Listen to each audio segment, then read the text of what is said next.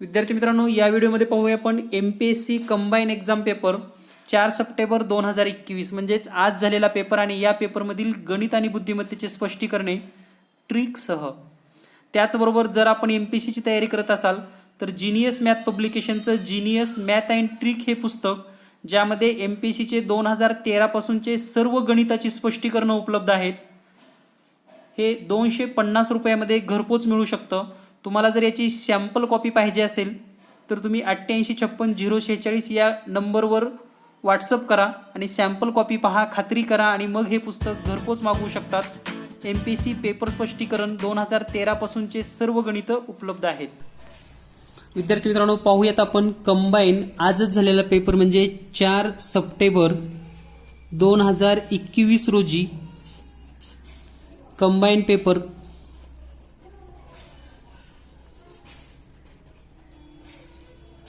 आणि या पेपरमधील गणित बुद्धिमत्तेची महत्त्वाची स्पष्टीकरण लगेच। तर या ठिकाणी पहिला प्रश्न आहे, प्रश्नचिन्ह स्तंभाच्या जागी ठेवण्यासाठी तर्कसंगत स्तंभ निवडा। तर या ठिकाणी दिलेला जो पहिला स्तंभ आहे तो म्हणजे 5 2 6 3, दुसरा स्तंभ आहे 4 6 4 5, तिसरा स्तंभ आहे 6 4 8 4। तर या ठिकाणी आपल्याला चौथ्या स्तंभातील सर्व अंक शोधायचे आहेत। तर अगदी सहज आणि सोप्या पद्धतीची या ठिकाणी ट्रिक वापरलेली आहे। तुम्ही सुद्धा हा प्रश्न सेकंदामध्ये सोडवू शकतात। तर या ठिकाणी जर आपण पहिल्या स्तंभातील सर्व अंकांची बेरीज केली, 5 2 7 3 13 आणि 3 16, म्हणजे पहिल्या स्तंभाची बेरीज येते 16। दुसऱ्या स्तंभाची जर बेरीज केली 4 6 4 5, तर 4 आणि 6 10, 10 आणि हे 4 आणि 9 म्हणजे या ठिकाणी बेरीज येते 19, म्हणजे 16 19। त्यानंतर 6 आणि 4 10 आणि 18 आणि 4 22, म्हणजे बेरीज येते 22।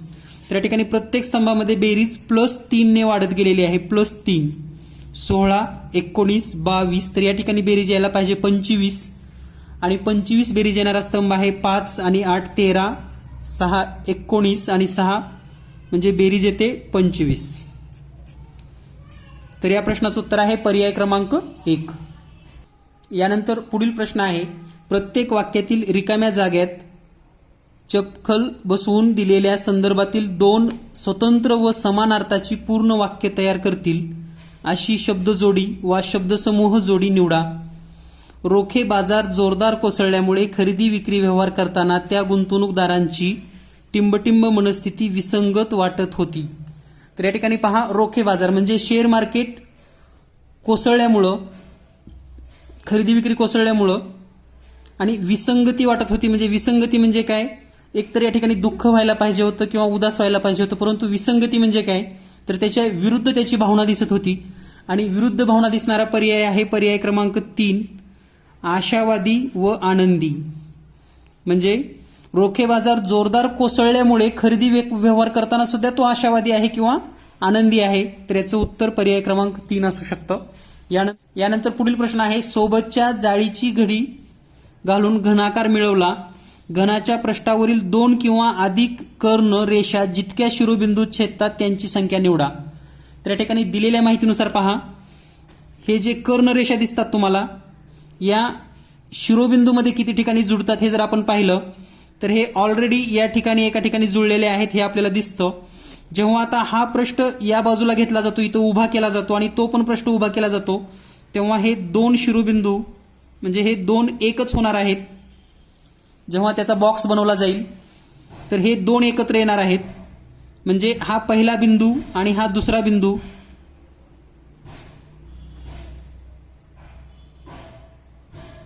म्हणजे हा एक शिरोबिंदू झाला आणि हे दोन्ही मिळून एक। जेव्हा आपण हा घन वर घेऊ, म्हणजे इकडली बाजू जेव्हा वर घेऊ हा घन तयार करण्यासाठी, तेव्हा हा शिरोबिंदू इथे येणार आहे। तर या ठिकाणी कर्ण नाही, त्यामुळे याचा काही फरक पडणार नाही। जेव्हा आपण हा कर्ण वर घेऊ तेव्हा हा पृष्ठ उजव्या बाजूला असेल आणि हा पृष्ठ वरच्या बाजूला जाईल, म्हणजे हा शिरोबिंदू याच बिंदूवर जाणार आहे, म्हणजे हा एक बिंदू आणि हे तिन्ही बिंदू एकत्र येणार आहेत, लक्षात घ्या। म्हणजे हा एक शिरोबिंदू, म्हणजे हे तिन्ही एकत्र येणारे शिरोबिंदू, म्हणजे 1 + 1 असे फक्त 2 शिरोबिंदूमध्ये कर्ण रेषा एकत्र येतील, म्हणून या प्रश्नाचं उत्तर आहे पर्याय क्रमांक 1. आणि हा प्रश्न रिपीट झालेला आहे. यापूर्वीच्या अनेक पेपरमध्ये सुद्धा सेम प्रश्न विचारला गेलेला आहे. यानंतर पुढचा प्रश्न पाहूया आपण. पुढील प्रश्न आहे सोबतचा पारदर्शक तुकडा एक्स तुकडा अभ्यासात तो वापरून तयार केलेली घडी निवडा. तर या ठिकाणी पहा, घडी निवडत असताना चुकीचे पर्याय आपण सुरुवातीला कट करायला पाहिजेत. तर या ठिकाणी जेव्हा आपण हा बाणाचा विचार करू, जेव्हा हा बाण इथं दुमडला जाईल या ठिकाणी, तर हे 2 बाण दिसणार आहेत. या ठिकाणी एकच बाण दिसतोय म्हणजे हा पर्याय कॅन्सल झाला, आणि या ठिकाणी पण एकच बाण दिसतोय म्हणजे हा पण पर्याय कॅन्सल झाला. आता राहिले 2 आणि 4 मध्ये. 2 आणि 4 मध्ये जर विचार केला तर जेव्हा आपण हा तुकडा या तुकड्यावर घेऊ तर हा जो काळा भाग आहे तो या बाजूला येणार आहे. पुन्हा जेव्हा आपण हा तुकडा इकडे घेऊ तेव्हा काळा भाग इकडेच येणार आहे. पुन्हा हा घेतल्यानंतर म्हणजे गोलामधला जो गडद काळा भाग आहे तो उजव्या बाजूलाच राहणार आहे, त्याच्यामध्ये बदल होणार नाही. तर या ठिकाणी डाव्या बाजूला आहे आणि इथे उजव्या बाजूला आहे, एवढाच फरक आहे. तर या ठिकाणी उत्तर आहे पर्याय क्रमांक 2. यानंतर पुढील प्रश्न. तर या ठिकाणी जो पुढचा प्रश्न दिलेला आहे आपणास, या प्रश्नाचा जर विचार केला आपण, खालील प्रश्न दिलेल्या माहितीच्या आधारे सोडवा. तर दिलेली जी माहिती आहे त्या माहितीच्या आधारे आपल्याला हा प्रश्न सोडवायचा आहे. आणि माहितीमध्ये जे पहिलं वाक्य दिलंय पहा, दक्षिणेकडे तोंड करून असलेल्या 5 व्यक्ती ए बी सी डी आणि ई आणि उत्तरेकडे तोंड करून बसलेल्या 5 व्यक्ती M N O P Q परस्परांसमोर म्हणजे परस्परांच्या समोर 2 समांतर रांगेमध्ये बसलेले आहेत. म्हणजे या ठिकाणी ए बी सी डी आणि M N O P Q हे एकमेकाच्या समोर बसलेले आहेत. तर दक्षिणेकडे तोंड असलेले आहेत ए बी सी डी. म्हणजे जर आपण एक ढोबळमानानं जर या ठिकाणी आकृती काढली तर ढोबळमानाने या ठिकाणी आपण असं लिहू शकतो A B C D E. यांचं तोंड दक्षिणेकडे म्हणजे या दिशेला असेल. तर M N O P Q यांचं तोंड वरच्या दिशेला असेल. या पद्धतीने ही मांडणी आहे, परंतु याच स्थितीमध्ये हे आहेत असं नाही. तर दिलेल्या माहितीवरून आपण अभ्यास करूयात.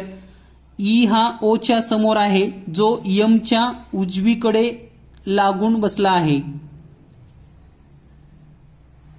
तर ई हा ओच्या समोर आहे जो यमच्या उजवीकडे लागून बसला आहे.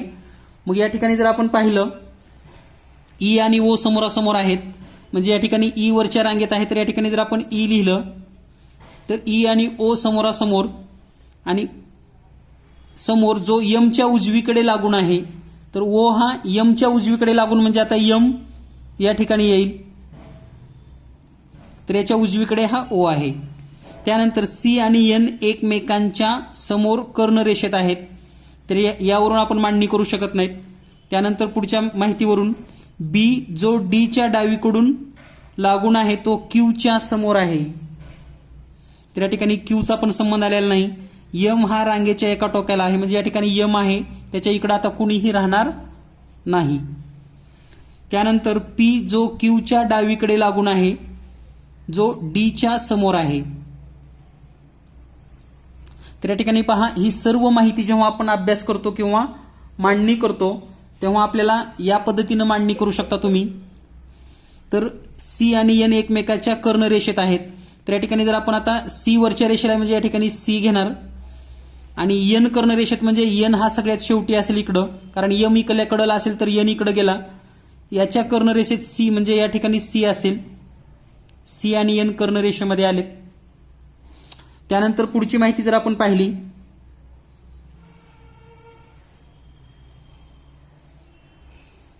डी सीचा झाला संबंध. या ठिकाणी पहा, बी जो डीच्या डावीकडे लागून आहे तो क्यूच्या समोर आहे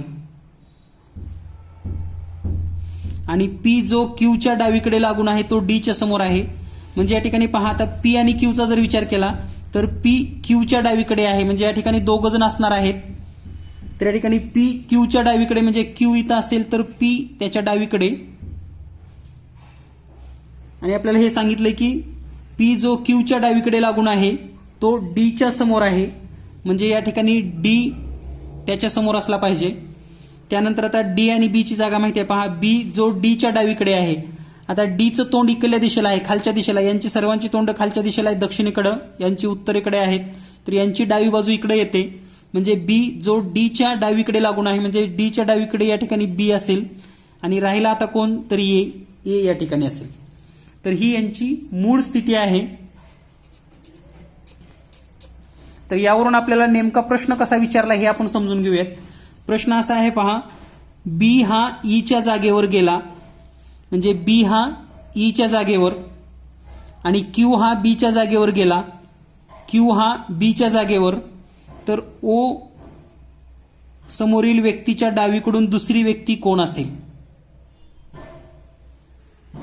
तर या ठिकाणी दिलेल्या माहितीनुसार आपल्याला काय चेंज करायचं आहे पहा. बी हा ईच्या जागेवर, म्हणजे बी हा ईच्या जागेवर, म्हणजे या ठिकाणी हे सी, ईच्या ठिकाणी बी आला, डी तसाच आहे. त्यानंतर ई हा क्यूच्या जागेवर, म्हणजे इथं ई हा क्यूच्या जागेवर, म्हणजे या ठिकाणी ई येईल. आणि क्यू बीच्या जागेवर, म्हणजे या ठिकाणी क्यू येईल. हे ए असंच राहू द्या, एन असंच ठेवूयात. हे पी, ओ आणि एम यांची जागा बदललेली नाही. तर फक्त बदल झालाय, ई हा बी ईच्या ठिकाणी, ई क्यूच्या ठिकाणी आणि क्यू बीच्या ठिकाणी. तर पहा, बी इथं आलेला आहे, ई इथं आलेला आहे आणि क्यू इथं. तर आपल्याला विचारलंय, ओच्या समोरील व्यक्तीच्या डावीकडून दुसरी व्यक्ती कोण आहे. ओच्या समोरील व्यक्तीच्या डावीकडील, ओच्या समोरील व्यक्तीच्या डावीकडून दुसरी व्यक्ती, म्हणजे या ठिकाणी ओच्या समोरील व्यक्तीच्या डावीकडे, म्हणजे या ठिकाणी ओच्या समोर बी, त्याच्या डावीकडे सी,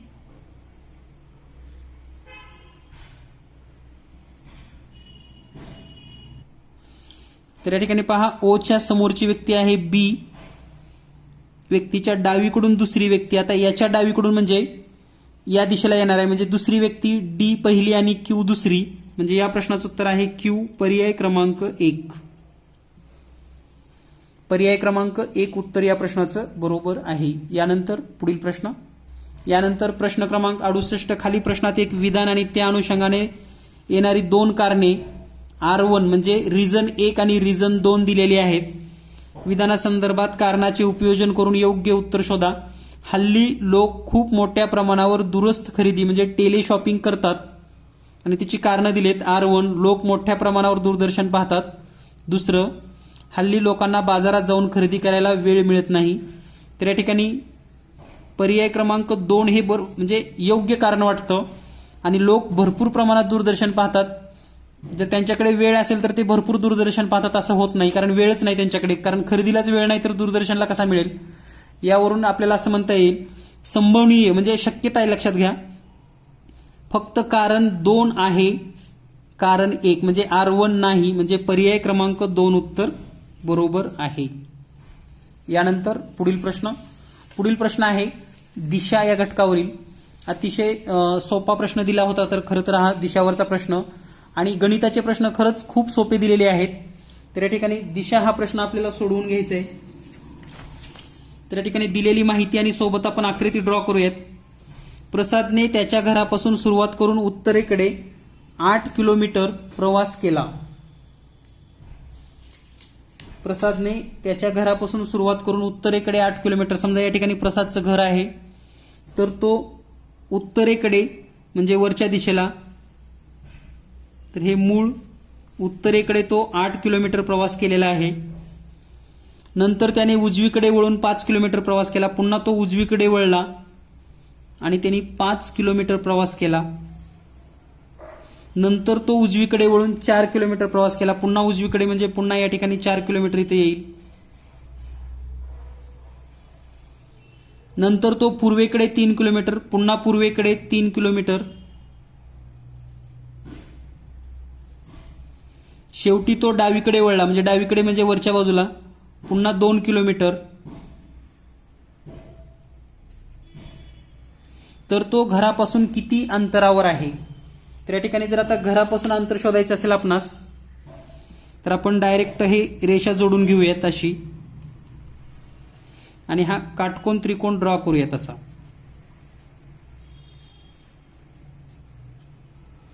तर या काटकोन त्रिकोणाचा जर विचार केला, आणि हे जर आपण पॉईंट जोडून घेतले असे तर पहा हे 4 किलोमीटर म्हणजे हे 4 किलोमीटर अंतर आहे, तर हे पण 4 म्हणजे हे 4 किलोमीटर अंतर.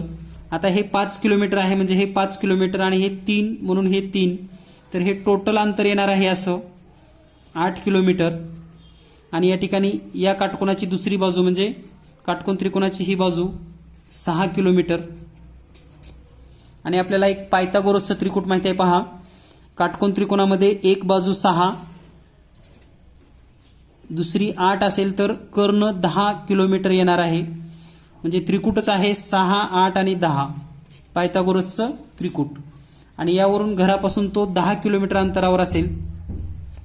तर या प्रश्नाचं उत्तर आहे पर्याय क्रमांक 3, 10 किलोमीटर. यानंतर पुढचा प्रश्न आहे, जर 28 मीटर व्यासाचे वर्तुळाकार मैदान असेल व त्याच्या भोवती 7 मीटर रुंद रस्ता असेल तर रस्त्याचे क्षेत्रफळ किती? तर या ठिकाणी दिलेल्या माहितीवरून जर आपण आकृती काढली तर आपल्या लगेच हा प्रश्न सेकंदामध्ये सोडवू शकता तुम्ही.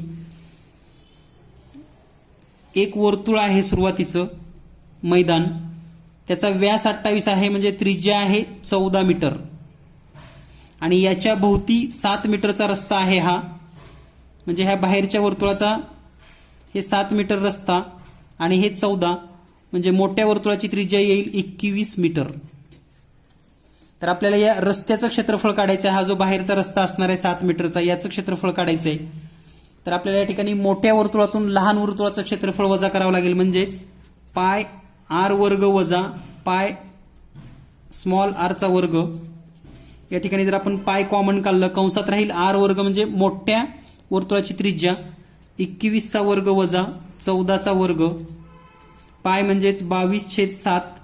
आणि या ठिकाणी आता आपल्याला एक सूत्र माहिती आहे पहा, ए वर्ग वजा बी वर्ग बरोबर ए अधिक बी दुसऱ्या कंसात ए वजा बी.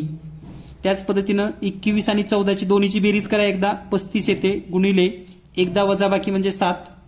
तर हे 7 आणि 7 कटून जाईल म्हणजे शिल्लक राहील 22 गुणिले 35 आणि हा गुणाकार येतो 770 स्क्वेअर मीटर. म्हणजेच मैदानाचं जे क्षेत्रफळ असेल ते असेल 770 स्क्वेअर मीटर. पर्याय क्रमांक 2. यानंतर पुढचा प्रश्न अतिशय तोंडी सोडवण्यासारखा प्रश्न दिलेला आहे सोप्या पद्धतीने.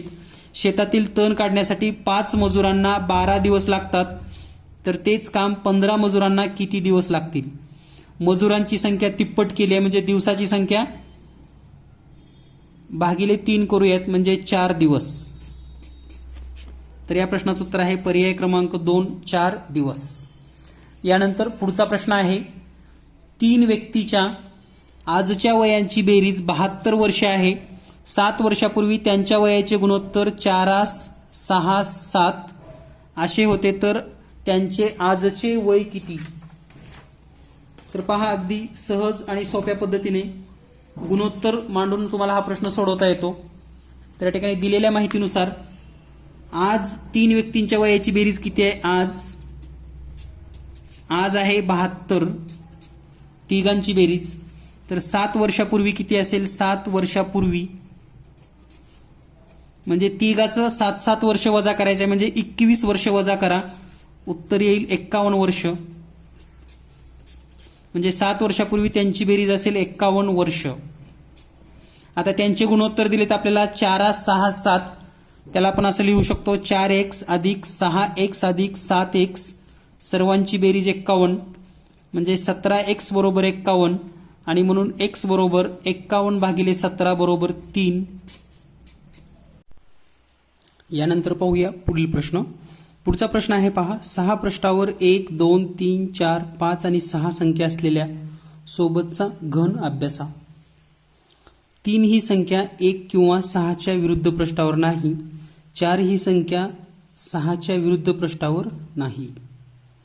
तर या ठिकाणी पहा 3 ही जी संख्या आहे ती 1 आणि 6च्या विरुद्ध नाही म्हणजे या ठिकाणी 6च्या समोर पण नसेल आणि 1च्या म्हणजे इथं पण 3 नाही म्हणजे 2च्या विरुद्ध दिशेला या ठिकाणी असेल 3. त्यानंतर आपल्याला सांगितलेलं आहे पहा 4 ही संख्या 6च्या विरुद्ध पृष्ठावर नाही म्हणजे 4 याच्या पुढे नाही 6च्या म्हणजे या पृष्ठावर असेल 5 म्हणजे खालच्या साईडला असणार आहे 4.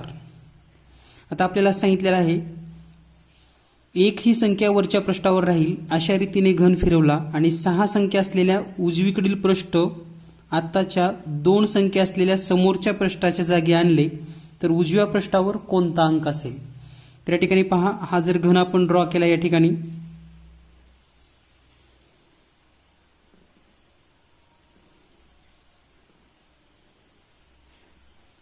तर हा घन आपण या ठिकाणी ड्रॉ केलेला आहे. तर या घनावर आता हा 6 इथं आणायचा आहे, म्हणजे या ठिकाणी 6 येईल. तर हा 6च्या बाजूचा 3 या ठिकाणी येईल आणि हा 2 या बाजूला येईल. खाली 4च असणार आहे, वरच्या पृष्ठावर 1 आणि हा 5 पाठीमागे जाईल, म्हणजे या ठिकाणी 5 येईल. तर आपल्याला प्रश्न विचारला तर उजव्या पृष्ठावर कोणती संख्या असेल? तर उजव्या पृष्ठावर असेल 3, म्हणजेच पर्याय क्रमांक 3. उजव्या पृष्ठावर असेल 3. यानंतर पुढील प्रश्न.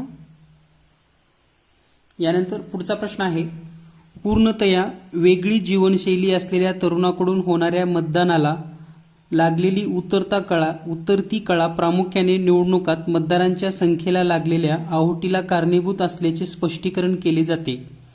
वयस्क लोक मतदान करण्याची शक्यता अधिक असते. जर ही प्रथा चालू राहिली तर मतदारांची संख्या, हे खूप महत्त्वाचं वाक्य लक्षात घ्या, वयस्क लोक मतदान करण्याची शक्यता अधिक असते.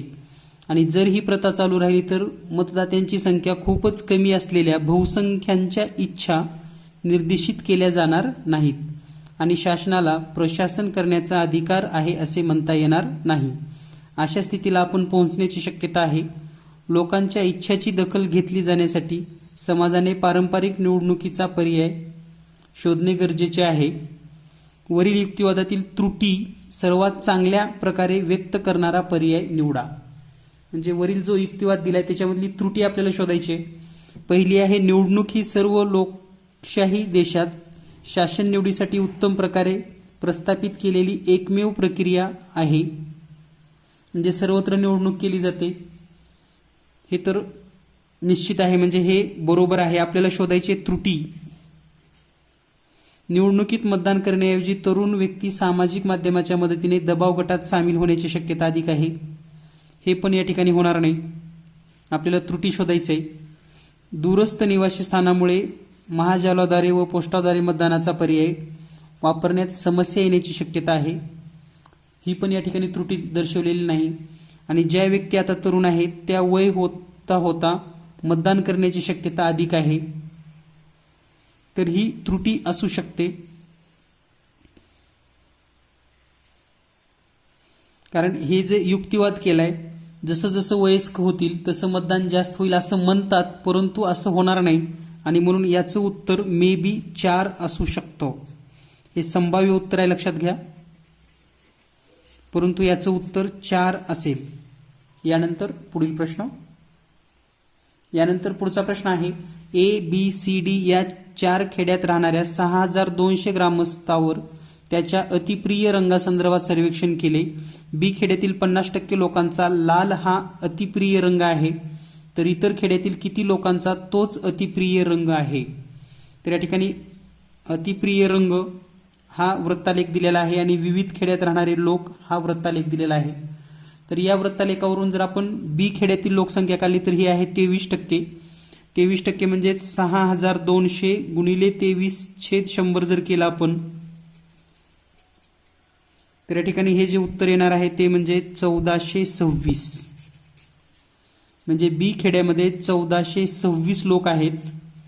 त्यापैकी बी खेड्यातील 50% लोकांना लाल रंग आवडतो, म्हणजे या ठिकाणी लाल रंग आवडणाऱ्याची जी संख्या आहे ती असेल 713. आता या दुसऱ्या वृत्तलेखावरून आपण लाल रंग आवडणाऱ्या व्यक्तीची संख्या शोधूयात. तर टोटल आहेत 6000, त्यापैकी 20%, म्हणजे आपण असं शोधू शकतो 6200 गुणिले 20% म्हणजे 20/100. आणि हे जर कॅल्क्युलेशन केलं तर या ठिकाणी हे कॅल्क्युलेशन केल्यानंतर 6200 गुणिले 20/100 1240, म्हणजे लाल रंग ज्यांना प्रिय आहे असे 1240 आहेत. त्यापैकी बी खेड्यातले आहेत 713, म्हणजे हे 713 आपण या ठिकाणी वजा करूयात आणि उत्तर येईल मग 527. आणि हे जे 527 असणार आहेत हे इतर खेड्यातले असणार आहेत, म्हणजे सी, डी आणि ए खेड्यातील. म्हणजेच आपल्याला असं विचारले इतर खेड्यातील किती लोकांना तोच रंग खूप आवडतो किंवा अतिप्रिय आहे. तर याचं उत्तर असणार आहे पर्याय क्रमांक 2 527. हे उत्तर अतिशय बरोबर आहे. यानंतर पुढील प्रश्न. त्याचं वय होईल 4 × 3 12 वर्ष, 6x म्हणजेच 18 आणि 7x म्हणजे 21. आता हे केव्हा आहे? 7 वर्षापूर्वी. आज जर त्या व्यक्तीचं वय काढायचं असेल तर याचं वय होईल +7 +7 आणि +7 म्हणजेच 12 आणि 7 19, 18 आणि 7 25 आणि 21 आणि 7 28. म्हणजे त्यांची वय असतील 19, 25 आणि 28. म्हणजे या ठिकाणी पर्याय क्रमांक 3 उत्तर बरोबर आहे, 19, 25 आणि 28. यानंतर पुढील प्रश्न आहे वार्षिक 6% दराने 10 महिन्याच्या थकीत बिलावर 26.25 रुपये सूट मिळते, तर बिलाची एकूण रक्कम किती? तर हा प्रश्न दिसायला इतका सोपा आहे, परंतु या ठिकाणी आपल्याला काही कॅल्क्युलेशन करणं गरजेचं आहे.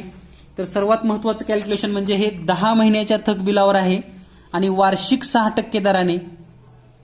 वार्षिक 6% दराने याचा जर आपण अर्थ काढला तर वर्षाला 6% म्हटलंय, परंतु आपल्याला 10 महिन्याचं दिलेलं आहे. म्हणजे आपण जर सोडवलं हे तर 10 महिन्यासाठी किती आहे?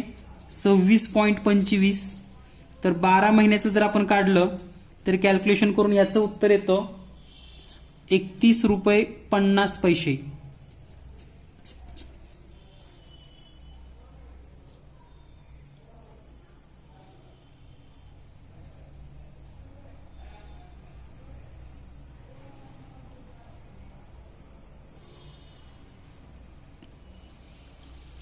तर या ठिकाणी 31 रुपये 50 पैसे इतकी सूट दिलेली आहे.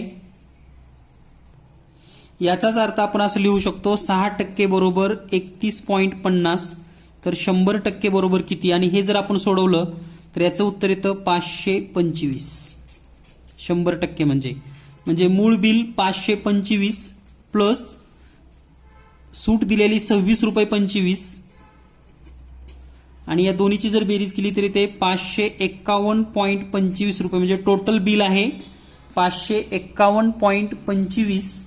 म्हणजेच पर्याय क्रमांक 4. यानंतर पुढील प्रश्न. या ठिकाणी पुढचा प्रश्न आहे नाणी नोटा यावरील एका थैलीमध्ये 1 रुपया 50 पैसे व 25 पैसे यांची 5, 6, 8 या प्रमाणामध्ये नाणी आहेत. तर त्यांची एकूण किंमत 420 रुपये असेल, तर 50 पैशाची किती नाणी आहेत?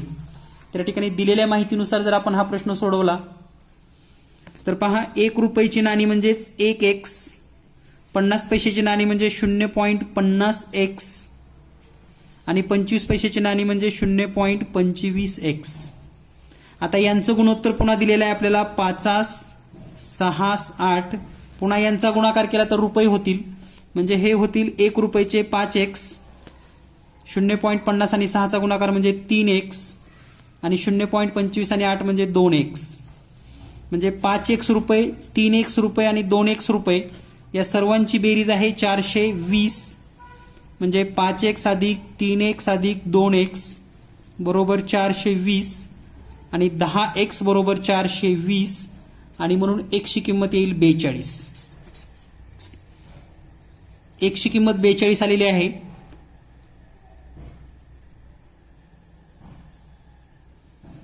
तर 1 ची किंमत 42 आलेली आहे आणि याची जी काही नाण्यांचं प्रमाण आहे ते किती आहे? 6 पट. म्हणजे या ठिकाणी आपण असं लिहू शकतो. तर या ठिकाणी 6 पट सांगितलेले आहेत नाणी.